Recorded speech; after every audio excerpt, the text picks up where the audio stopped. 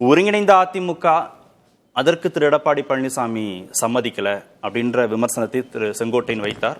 புரிந்து கொள்ள முடிந்தது. தொடர்ந்து தோல்வியே தருகிறார் பொதுச் செயலாளர் பொறுப்பேற்றதிலிருந்து அப்படின்னாரு. ஃபேக்சுவலா அதை பொருத்தி பார்க்க முடிஞ்சது. ஆனா குடும்ப அரசியல்ங்கிறது ரொம்ப தீவிரமான தனிப்பட்ட குற்றச்சாட்டு. அந்த இடத்துக்கு ஏன் நகர்ந்திருக்கிறார் திரு செங்கோட்டையன்? என்ன நோக்கம்? இல்லை, அதாவது பொதுவாக இது திமுகவையோ காங்கிரஸையோ பார்த்து இல்லை இப்போ ஆர்ஜேடியோ பார்த்து வைக்கிற ஒரு குற்றச்சாட்டுன்னா குடும்ப அரசியல்னு ஒரு குற்றச்சாட்டு. எம்ஜிஆரோ ஜெயலலிதாவோ தனக்கு வாரிசு அப்படின்னு அவன் குடும்பத்தினர் யாரையும் நியமிச்சுட்டு போல. அதிமுகவை பொறுத்த மட்டும் ஒரு சாதாரண கிளைக்கழக தொண்டன் கூட தலைமை பொறுப்புக்கு வரலான்றதான் அங்கே பேசப்படுற ஒரு முக்கியமான விஷயமா இருக்கிறத பார்க்குறோம் நம்ம. ஸோ அந்த அடிப்படையில் மற்ற கட்சிகளை கம்பேர் பண்ணும்போது அங்கே எப்படி தலைவர்கள் வளர்க்கப்படுகிறார்கள், வைக்கப்படுகிறார்கள் தான் நம்ம பார்த்துட்ருக்கோம். அதிமுகவில் அந்த நிலைமை கிடையாது. விமர்சனங்கள்லாம் பெரும்பாலும் அதிமுக தரப்புலேருந்தோ பாஜக தரப்புலேருந்தோ போகிற விமர்சனங்கள்லாம் மற்ற கட்சிகளை காங்கிரஸையோ திமுகவையோ பார்த்தெல்லாம் குடும்ப அரசியல்ன்ற ஒரு விஷயத்தில் முன்னாடி வைக்கிறாங்க. ஸோ அந்த விஷயத்தை இவர் ஏன் கையில் எடுக்கிறாருன்னா, அதிமுகவில் சமீப காலத்தில் நீங்கள் திமுகவில் மட்டுமல்ல அதிமுகவிலும் குடும்ப அரசியல் இருக்கிறது நீங்கள் போட்டிருக்கீங்க. ஆக்சுவலாக அவர் சொல்கிறது என்னென்னா, அவர் ரொம்ப தெளிவாக சொல்கிறார். இன்று இவருடையன்றார். இன்று இவருடைய பேர் சொல்லலை, பழனிசாமின்னு பேர். இன்று இவருடைய மகன் மைத்துனர் மாப்பிள்ளைன்னு சொல்றாரு. அது நேரடியாக இவருடைய வார்த்தையை சொன்னார். நீங்க அதிமுக வார்த்தையை யூஸ் பண்ணல. இவருடையனா பழனிசாமியை தான் சொல்றாரு. பழனிசாமியோட பையனோ இல்லை பழனிசாமியோட குடும்பத்தினரோ பேக்ரவுண்ட்ல பின்னாடி பலவிதமான அரசியல் வேலைகளில் அவருக்கு உதவியாக கூட இருக்கலாம், சொல்ல முடியாது. இருக்காங்கன்றது உண்மை. அரசியல் சொல்ல நம்ம கேள்விப்படுற விஷயம். அவங்க அதை மறுக்கலாம், அது வேற விஷயம். ஆனால் நம்ம கேள்விப்படுற விஷயம் என்னென்னா பல கூட்டணிகளை நிர்ணயிக்கிறது, பல பேர்கிட்ட பேசுறது, இதுக்கெல்லாம் மகனை அவர் பயன்படுத்துகிறாருன்றது நமக்கு அரசியல் புரசலாக தெரிகிற விஷயமா நம்ம பார்க்குறோம். அதில் தவறு கூட கிடையாதுன்னு என்னுடைய அபிப்பிராயம். அது ஏதோ உதவியாக வச்சுருக்காரு, பண்ணுறாங்க. ஆனால் அந்த மகனோ ஒருத்தரோ மாப்பிள்ளையோ யாரோ ஒருத்தரோ அடுத்த கட்டமாக அதிமுகவோட பொதுச் செயலாளராக மாறுவார் அப்படின்ற ஒரு நிலைமை வருது பார்த்தீங்களா? அங்கதான் குடும்ப அரசியல் பளிச்சுன்னு நமக்கு தெரிய வரும். ஸோ அந்த சூழல் அதிமுகவில் வந்துட்டதுன்னா இன்னும் வரல. அதிமுகவில் பழனிசாமியோட மகனோ மாப்பிள்ளையோ எல்லாம் ஏதோ ஒரு வகையில் அவருக்கு ஹெல்ப் பண்ணுறாங்க, கட்சி வேலைகளை செய்கிறாங்க. அதெல்லாம் கட்சிக்காரங்களே அரசியல் புரசல பேசுகிறாங்க, நமக்கு தெரியுது. அதெல்லாம் வேற விஷயம். அவங்களே தலைமை பொறுப்பில் வந்துருவாங்களா அப்படின்னா அந்த குடும்பம் ஏதோ ஒரு அரசியல் பண்ணுது அப்படின்ற விஷயம் வரையும் செங்கோட்டையன் சொல்றது உண்மை.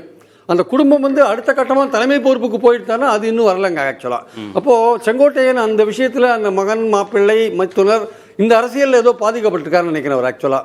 அதனால் வெளிப்படையாக அவர் அதை சொல்கிறார் ஆக்சுவலாக. அதனால் அவர் சொல்கிற விஷயம் உண்மை.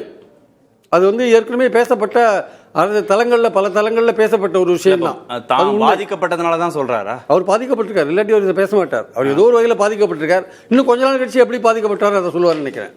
அந்த அரசியல் டெவலப்மெண்ட்டை பொறுத்து எப்படி பாதிக்கப்பட்டவர்ன்றதை இன்னும் கொஞ்ச நாள் கழிச்சு சொல்லுவார். எப்படி 21 செங்கோட்டையன் செய்த துரோகத்தை இப்போதான் எடப்பாடி சொன்னாரோ அந்த மாதிரி இவரும் கொஞ்ச நாள் கழிச்சு சொல்லுவார். ஆமா, இவருடைய திரு எடப்பாடி பழனிசாமியுடைய மாப்பிள்ளை திரு ஈரோடு சசிகுமார், மைத்துனர் திரு சங்ககிரி வெங்கடேஷ், மகன் திரு மிதுன். இந்த 3 பேர் தான். பெயர்கள் குறிப்பிடல, உறவுமுறையை சொல்லி பெயர்கள்லாம் இவங்க தான். இவங்கெல்லாம் கட்சியிலே பொறுப்புல இருக்காங்கன்னு சொல்றாங்க. சசிகுமார், வெங்கடேஷ் போன்றவர்கள்லாம் கட்சியில பொறுப்புகள் இருக்காங்க, கட்சி வேலையை பார்ப்பாங்க அவங்க. அப்படித்தானே இதை புரிஞ்சுக்கணும். இதுல செங்கோட்டையன் சொல்ற அளவுக்கு குடும்ப அரசியல்னா ஏதோ ஒரு வகையில ஒரு பொறுப்பை கொடுத்து உட்கார வச்சிருப்பாங்க சார். அவங்க பீயிங் க்ளோஸ் ரிலேட்டிவா இருக்கிறதுனால அவங்க அவருக்கு ஆளினால அவங்க இருக்கிறது இயல்பான ஒரு விஷயம்.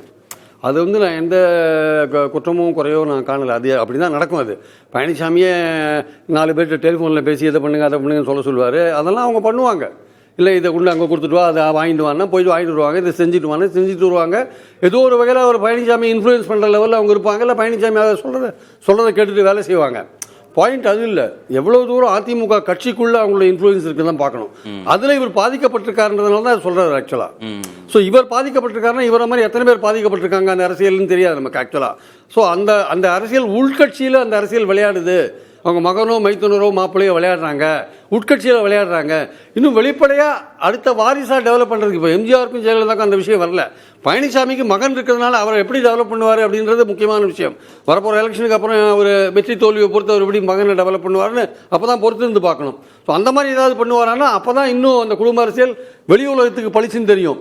இப்போ வந்து அவங்க குடும்பத்துக்குள்ள அது நடக்குது, சில சமயம் கட்சிக்காரங்களை பாதிக்குது. திரு செங்கோட்டையின் ஆதரவு தெரிவிக்கிறார்ல திரு தினகரன், திருமிகு சசிகலா போன்றவர்கள், திரு ஓபிஎஸ் போன்றவர்கள்லாம், இவங்களும் குடும்ப அரசியல் தானே, இவங்களும் வாரிசுகளாக இருந்து கட்சிக்குள்ள வந்து முக்கிய பொறுப்புகளுக்கு வந்தவங்க தானே, அவங்களோட பயணிக்கிறதுல திரு செங்கோட்டையனுக்கு ஒன்றும் நெருடல் இல்லையா? திரு எடப்பாடி பழனிசாமியை மீது இந்த விமர்சனம் வைக்கிறது தான் அவருக்கு வந்து இல்ல, அவங்களோட பயணிச்சது வந்து ஜெயலலிதா காலத்திலேருந்தே பயணிச்சுட்டு இருக்காங்க. இப்போ பயணிக்கலையே அவங்க ஜெயலலிதா 20-25 வருஷம் சசிகலாவை தான் அவங்க வந்து ஜெயலலிதாவை யார் பார்த்தாங்க? இவங்கெல்லாம் பெரும்பாலும் சசிகலாவை பார்த்தாங்க, ஆர்டர்ஸ் எல்லாம் வாங்கியிருந்தாங்க. ஆனால் ஜெயலலிதாவுடைய ரெப்ரஸன்டேட்டிவா சசிகலா இருந்தாங்க, அதனால சசிகலாவோட இருந்தாங்க அவங்க. ஆக்சுவலா சசிகலா வந்து தினகரனை கொண்டு வச்சாங்கன்றது உண்மைதான், அதை மறுக்கிறதுக்கு இல்லை. அவங்க ஜெயிலுக்கு போன போதும் தினகரன் தான் டெப்டி ஜெனரல் செக்ரட்டரியா கொண்டு வச்சாங்க. அதை இவங்கெல்லாம் ஏத்துட்டாங்களே சந்தோஷமா, இவங்கெல்லாம் சந்தோஷமா அம்மா வாங்கம்மா வாங்கம்மா வாங்கம்மான்னு காலை பிடிச்சி ஏத்துனவங்க தானே எடப்பாடி பழனிசாமிலாம். சசிகலா அம்மா வந்தே தீரணும்னு சொன்னவங்க தானே எல்லாமே. ஆனா அதே ஏப்ரல் மாசம் என்னாச்சு? பிப்ரவரி மாசம் ஏத்துனீங்க, ஏப்ரல் மாசம் என்னாச்சு? உள்ள பாஜக பூந்தது, அவரை ஜெயிலுக்கு எலெக்ஷன் கமிஷன் ஜெயிலுக்கு அமிச்சிங்க.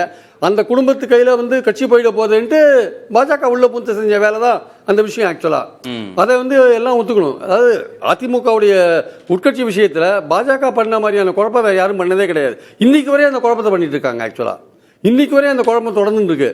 இல்ல விலகி போனவங்களும் சரி, இங்க கட்சியில் இருக்கிறவங்களும் சரி, 2 பேருமே இந்த பாஜக என்ற கட்சியை நம்பிட்டு அவங்க பாலிடிக்ஸ் அமைச்சுக்கிறது என்பது அதிமுகவுக்கே கேடு. ஆக்சுவலா நீங்க வந்து எடப்பாடியை பிடிக்கல, எடப்பாடி ஒற்றுமைக்கு உதவ மாட்டேன்றாரு, ஒத்துழைக்க மாட்டேன்றாரு, சேர்க்க மாட்டேன்றாரு, கட்சியை பலப்படுத்த மாட்டேன்றாரு, தன்னால முடியாதுன்ற ஒரு விஷயத்த முடியும்னு நினைச்சு மற்றவங்களை ஏமாத்துறாரு. நீங்க சொல்லியிருக்கிற பாத்தீங்களா? தான் பலவீனமா இருக்கிறத வந்து அதை வந்து கண்டுக்காம தான் பலமா இருக்கிற மாதிரி நினைச்சு அவர் வந்து இல்ல நம்ம ஜெயிச்சிருவோம்னு ஒரு எண்ணத்துக்கு போறார். தாவேக்கா வான்னு கூப்பிடுறாரு. பலவீனமா இருக்கிறது இல்ல, நான் பலமா இருக்கேன்னு சொன்னா ஏன் தாவேக்காவை கூப்பிடணும்? தேவையெல்லாம் கூப்பிட வேண்டிய அவசியம் இப்பதான் கொஞ்சம் மாத்திட்டு இருக்காங்கன்னு நினைக்கிறேன். ஆனா பாயிண்ட் என்னன்னா வந்து எடப்பாடியை பொறுத்த மட்டும் அல்லது எடப்பாடிக்கு எதிராக இருக்கிற குரூப்பை பொறுத்த மட்டும் அவங்களுக்கு இந்த பிஜேபியோட பேக்ரவுண்ட் இருக்கு பாத்தீங்களா, அது வந்து அவங்கள வந்து ஏதோ ஒரு வகையில வந்து அவங்கள வந்து ஆட்டி வச்சுட்டு இருக்கு. ஆக்சுவலா அதை விட்டுட்டு அவங்க கட்சி விஷயத்தை அவங்களே கூடி பேசினாங்கன்னா கூட ஒற்றுமை அதிகமாக வரதுக்கான வாய்ப்புகள் இருக்கு. ஆக்சுவலா அதனால அதை விட்டுட்டு வந்து அவங்க ஒன்று கூடி பேசணும். இதுல பாஜகவோட இன்ஃபுளுன்ஸ் இருக்கு பாத்தீங்களா, அதை வந்து விடணும். ஆக்சுவலா